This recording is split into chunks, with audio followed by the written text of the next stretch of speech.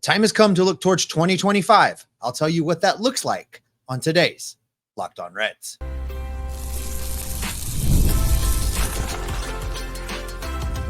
You are Locked On Reds, your daily Cincinnati Reds podcast, part of the Locked On Podcast Network, your team every day. Welcome in to Locked On Reds. We are your daily source for all things Cincinnati Reds. I'm Stephen Offenbaker, and I have 6 years of experience covering the Cincinnati Reds in podcast form because I love baseball and I love these Cincinnati Reds. And I've taken my love for the game. I've taken my love for this team that almost never loves me back, and I've turned it into information for you. Locked On Reds is part of the Locked On Podcast Network, your team every day.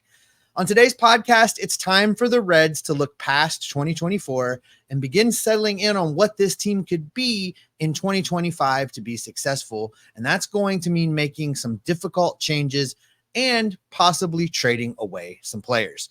Before we get into any of that, I want to shout out the sponsor of today's episode. Today's episode is brought to you by Prize Picks, the easiest and most exciting way to play daily fantasy sports. Go to prizepicks.com/lockedonmlb and use the promo code all lowercase lockedonmlb for your first deposit match of up to $100.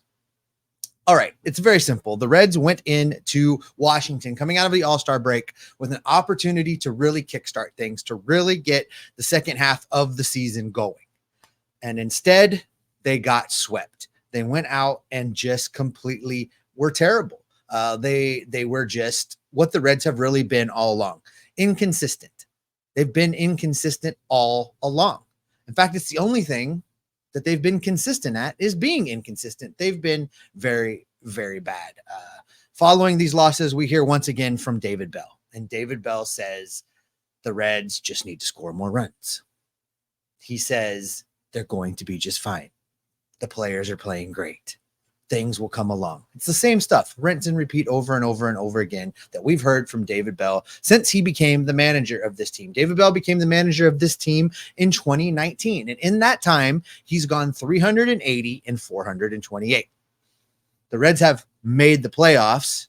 Air quotes around that for you folks listening in the audio feed. He made the playoffs in 2020 during the COVID season by going 31 and 29, but then an incredible 0-2 down in Atlanta while not scoring a single solitary runs. And the Reds were booted from the playoffs by the Atlanta Braves.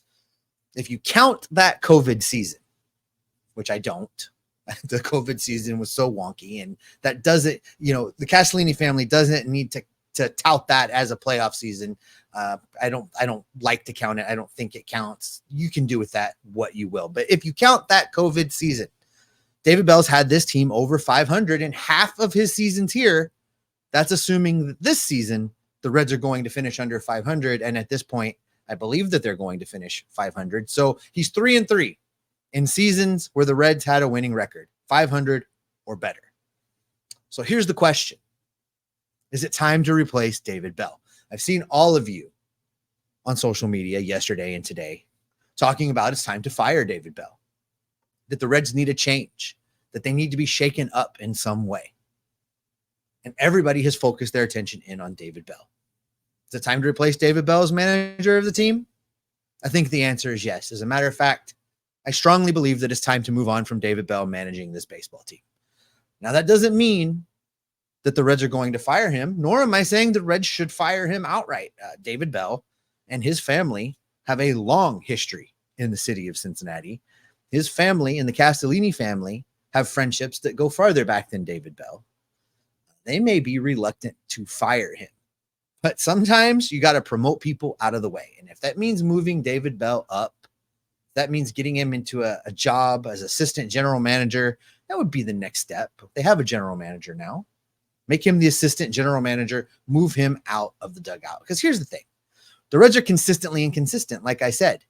It's the only thing that you can count on from them, that this team is going to be all over the place. That's the only guarantee. What we know about David Bell's teams is they lack discipline. They lack fundamentals.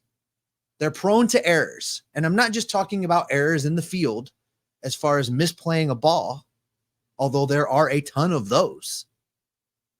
They're also prone to mental mistakes. They're also prone to mistakes that a team that's being built to play professional baseball, a team that's made up of grown men who are making hundreds of thousands of dollars, and in some cases, millions and millions of dollars to go out and play this game. They lack focus, they lack discipline, they lack fundamentals, and they lack any consequences from this coaching staff for being that way.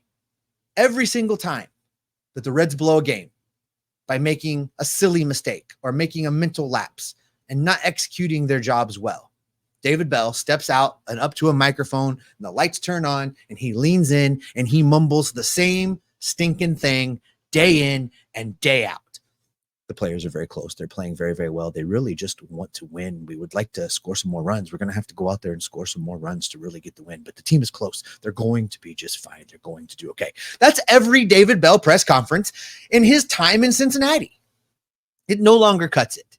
It is time for the Reds to get somebody in here that's willing to hold the players accountable just a little bit. Now, the days of a manager ripping players up and down, ripping them new ones, calling guys out to the media, those days are mostly over, I think. And that's fine. But the Reds need a manager in here that will come out to the microphone and say, it's simply unacceptable that our defensive lapses continue to cost us games. It's simply unacceptable that our relievers continue to let us down and not get the job done and not execute their pitches well. It's simply unacceptable that player X completely lost track of outs when they were throwing the ball into the infield. These are the things that need to be happening, because without directly calling out a player by name, you can definitely put a little pressure on them. And I think that that's what's lacking. There's this just loosey-goosey, no consequence, everybody just have a good time. It almost feels Little League.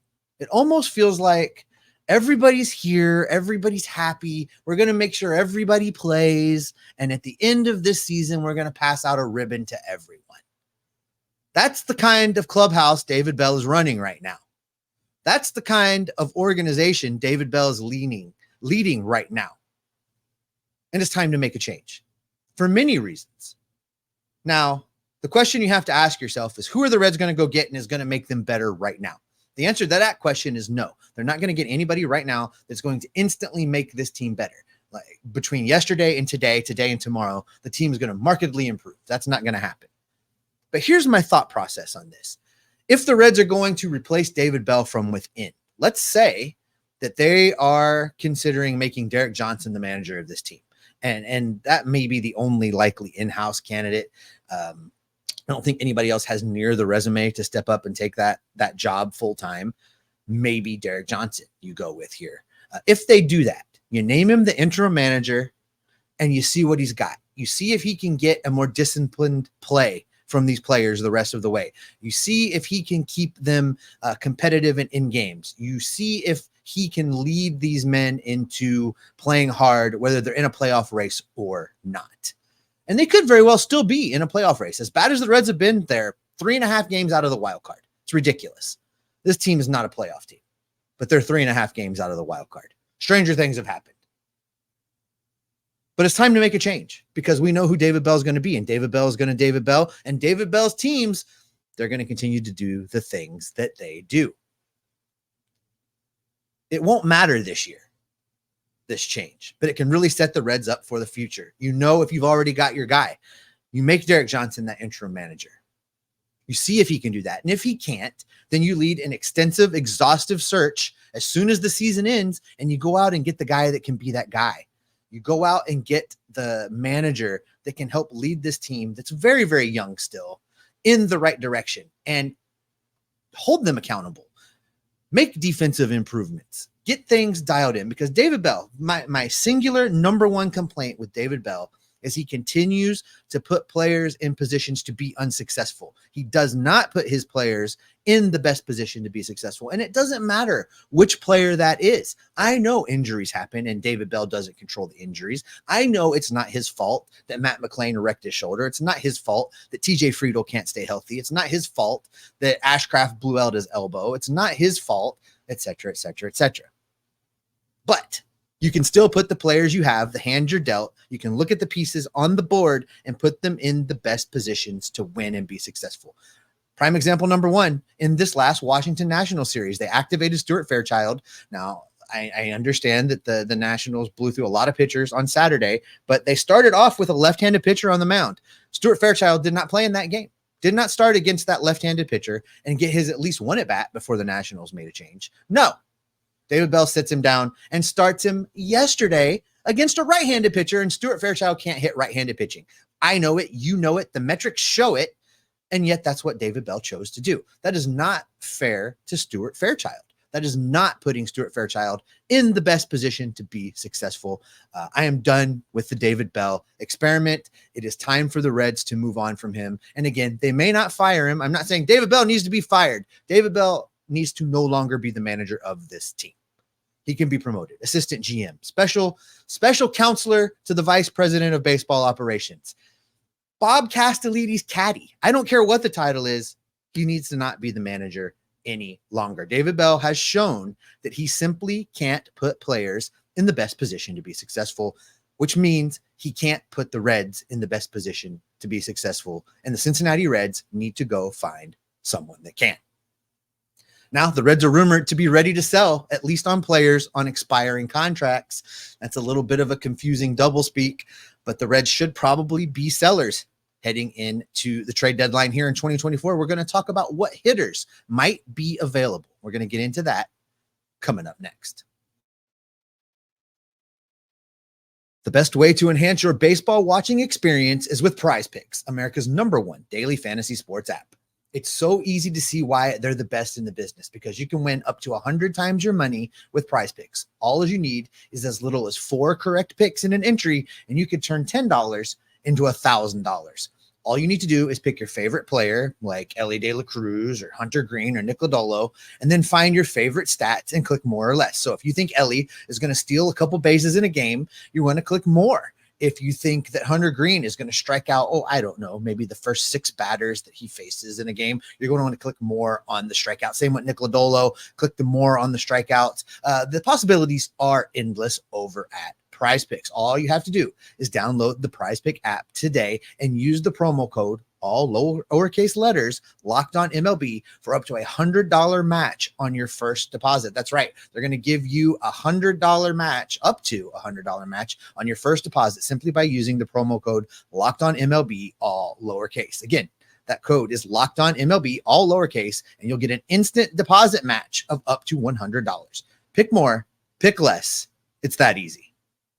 Passion, drive, and patience. The formula for winning championships is also what keeps your ride or die alive.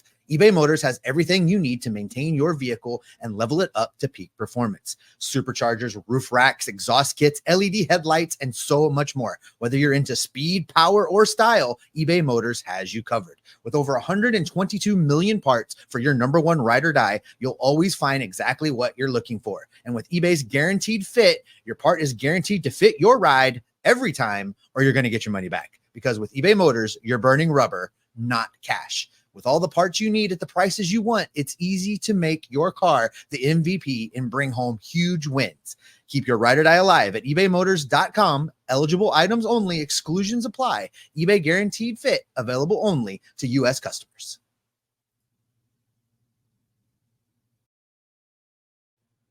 You have got to check out Locked On Sports Today. It's a free 24/7 streaming sports channel program for you every day to bring you the biggest stories in sports. Locked On Sports Today brings you can't-miss analysis, opinions, and news with our national hosts, as well as local experts like myself and Jeff.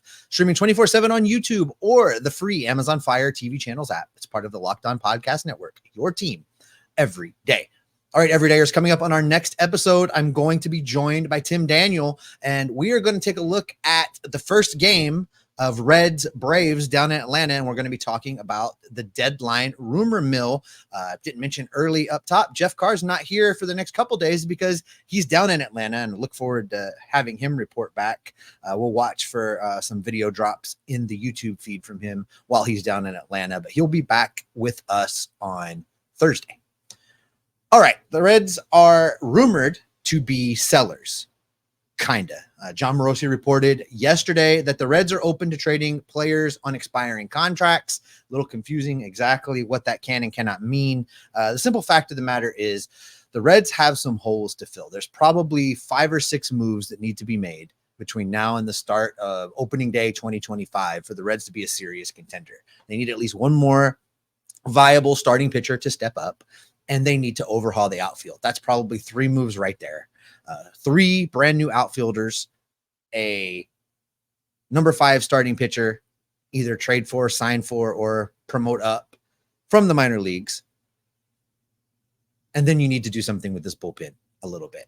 So with the Reds being willing to maybe consider selling off some guys, that asks the question, who?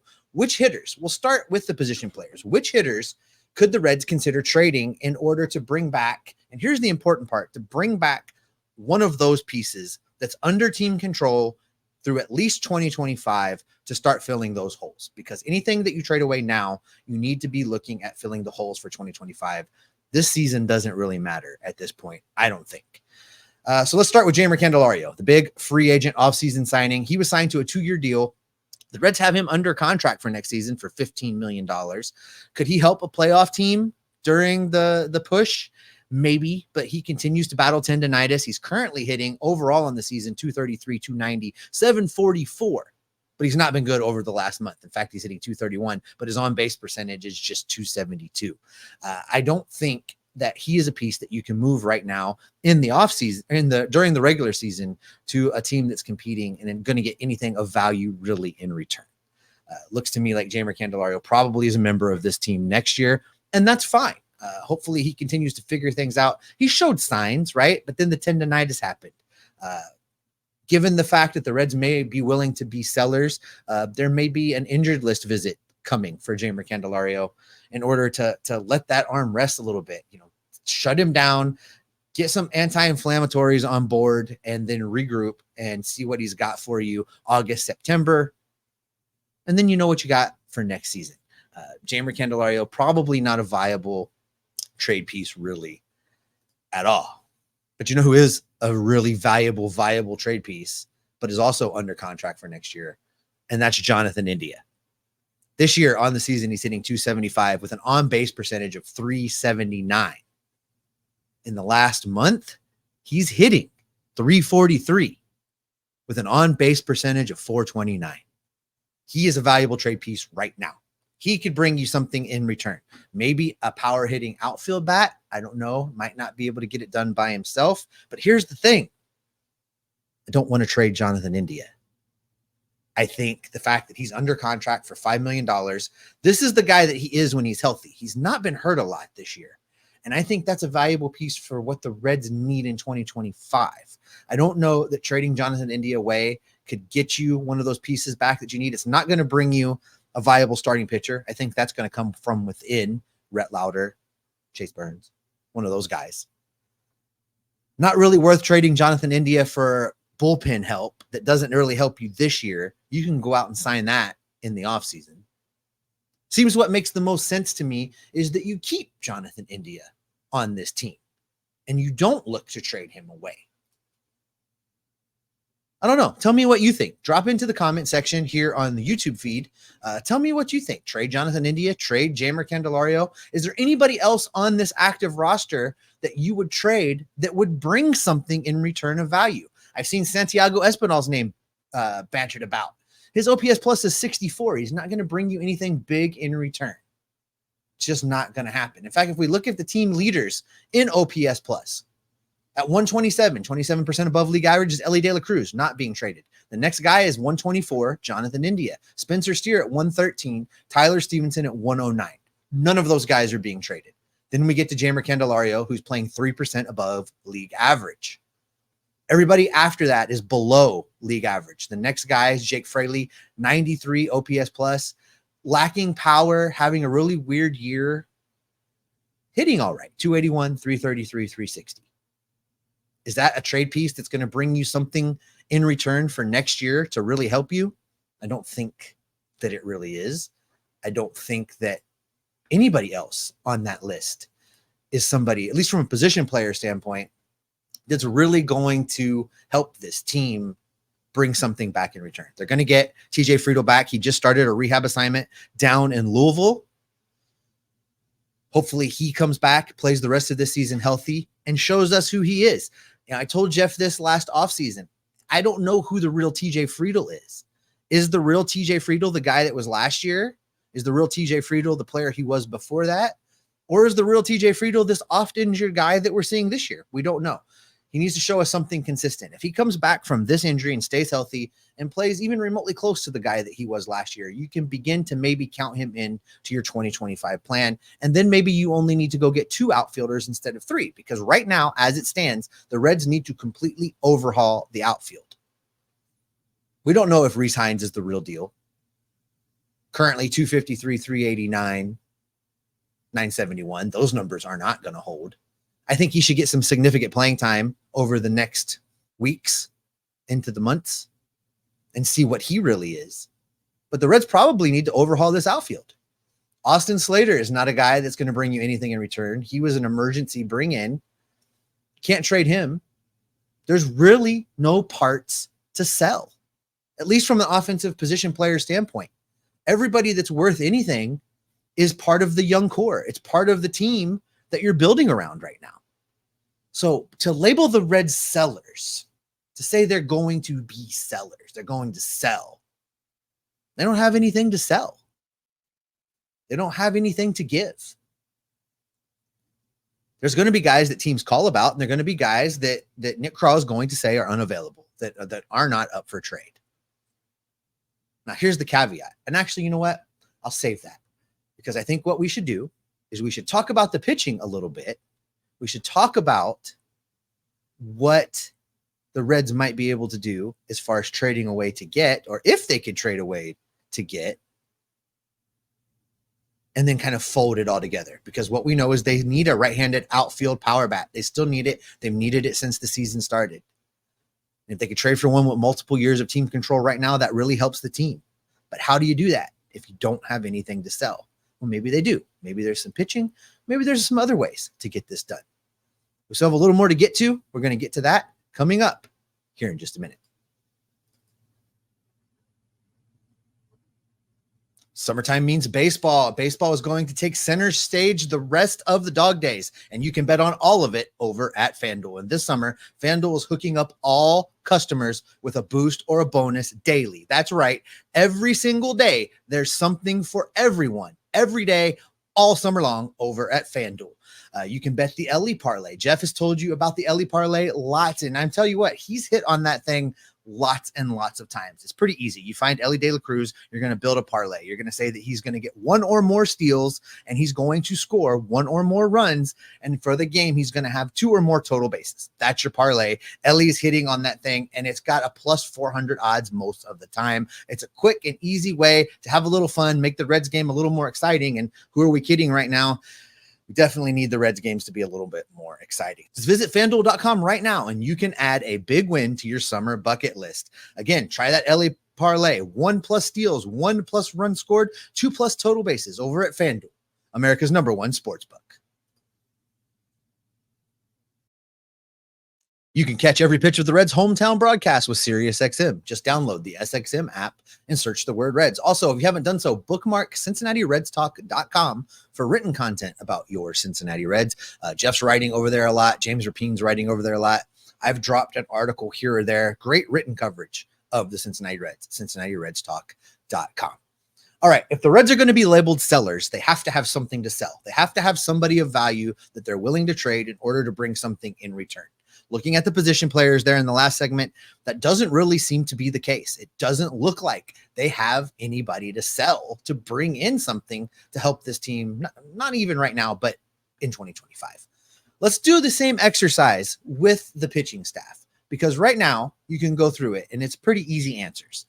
Hunter Green, Andrew Abbott, Nick Lodolo, 1, 2, and 3. Those guys aren't being traded. Graham Ashcraft's on the injured list and hasn't performed well. Wouldn't bring you very much in return in anyway right now. Frankie Montas, big offseason signing. He has a mutual option for next year. Both the Reds and the player, in this case, Montas, have to agree to exercise it. Don't really see that happening. Right now, Frankie Montas has a 4.85 ERA in 18 starts. He's thrown 89 innings. He struck out 72 while walking 38. His strikeout per 9, 7.3. That's fine. His base on balls, 0.9, 3.8. That's not fine. He needs to get that down. He's not been great. He's been streaky. We all know this. Is he going to be the guy that brings you that power hitting right-handed bat for the outfield? No, he's not going to be that guy. Could you package him with somebody else on the roster and bring in that guy? I don't think so. I don't think he has demonstrated enough value that you could get something big. Now, they could trade him for something. They could maybe get a reliever for him. They could maybe get a reliever plus a AAA reliever prospect type guy that hasn't quite hit and bring them back in a deal. That's the kind of value you're talking about in getting for Frankie Montas. So he is not going to bring you anything really. You get into this bullpen. Starting pitching is not where it's at. Rhett Lauder is not going to be traded. They're not going to do that. So where do you go from here? Alexis Diaz having a terrible year as far as Alexis Diaz goes. Strikeouts per 9 is 8.9. Based on balls per 9, 5.6. I don't know that he brings you a lot in return. Maybe you could trade him for something. You could maybe package him in a deal and bring that outfield bat back to the Reds, but his value is as low as it's ever been. I don't know. Brett Suter just hit the 15-day injured list. You're not trading him by the deadline. Buck Farmer, interesting candidate. 2.80 ERA, 45 innings pitched, strikeout per 9, 7.8. Walk rate's a little high at 3.6. Couple bad outings. But he could bring you something, but it's not going to be a whole lot. He's another type of arm. Think Sam Mull, when the Reds went out and got him just to bolster the bullpen a little bit. I could see a team coming and getting Buck Farmer to bolster their bullpen just a little bit, but they're not going to pay a whole lot for him. Fernando Cruz has fallen off the face of the earth. I don't know what has happened to Fernando Cruz. Is it a case of overuse? Is it a case of he's hiding an injury? I don't know. But his value is tanking, and they're not going to get anything in return for him. Lucas Sims has had an okay year. It doesn't feel like he's had an okay year, but he has 3.38 ERA. His strikeouts per 9 is 9.8. That's great. Walks per 9, 5.3. That's a little high. He's walked a little bit extra guys this year. But again, not the kind of value that's going to bring you this big piece back to get you set for 2025. And the exercise can continue. You know, Justin Wilson, it's not there. Sam Mull, maybe, but I think it's much better for the Reds to keep him and keep him around in 2025. Justin Wilson's not bringing you anything. Emilio Pagan's been hurt all year. Tony Santillan, just a recent call up. You're not going to get anything in return for him. Casey Legomina is in this bullpen right now. You're definitely not getting anything for him. The list goes on and on. The bottom line is this. The Reds have nothing in the position player pool that they're willing to trade, that they're going to bring back and fill a need. The Reds have nothing in the active roster from the pitching staff that they're going to trade away that's going to bring in a piece with team control for next season to fill a need. So the answer to the question of are the Reds sellers is no, they have nothing to sell. Now that doesn't mean they can't upgrade this team by the deadline. And this brings me to the big finish, the big conclusion, guys. Here's what I think, if it's possible for Nick Krall to do. Package some of the prospect capital. Anyone basically at this point not named Rhett Lauder, not named Chase Burns. Those are your two untouchables. And then look and see if there's a deal. Look at the other sellers. Is there a multi-year team control, right-handed power hitting outfielder that you can go get right now and make your offseason easier just by trading away some of your surplus? Chase Petty's surplus right now, guys. Cam Collier, we don't know what he's going to be. You could trade him away. And if he becomes a Hall of Famer for somebody else, you know, that's the cost of doing business and trying to build a winning baseball team right now. We can't wait for Cam Collier.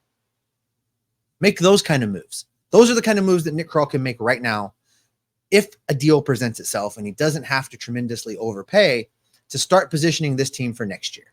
So, in review, what do I do right now with the 2024 Cincinnati Reds to get ready for 2025?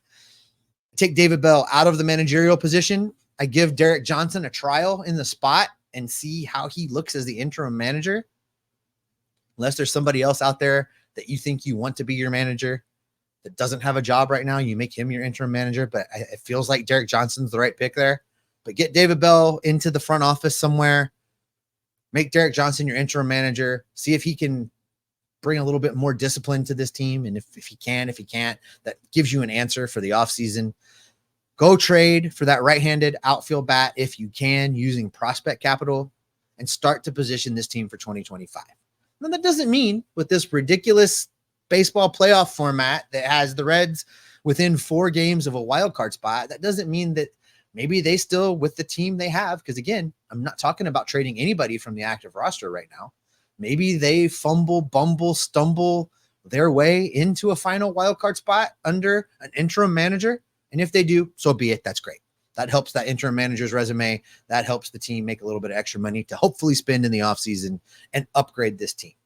All that being said, I'm ready to say that this team probably doesn't make the playoffs, definitely is not winning the division, and they need to begin to look towards 2025. We're going to spend a lot more time talking about this between now and the trade deadline, and that is where we are going to end this episode of Locked On Reds. Thanks so much, everydayers, for being here. I love talking baseball with you. We will be back in your feed tomorrow, where Tim Daniel joins me, and we start to look at this Atlanta Braves series. We start to look at the rumors that are swirling around the trade deadline, and we're going to be here keeping you locked on Reds every single day.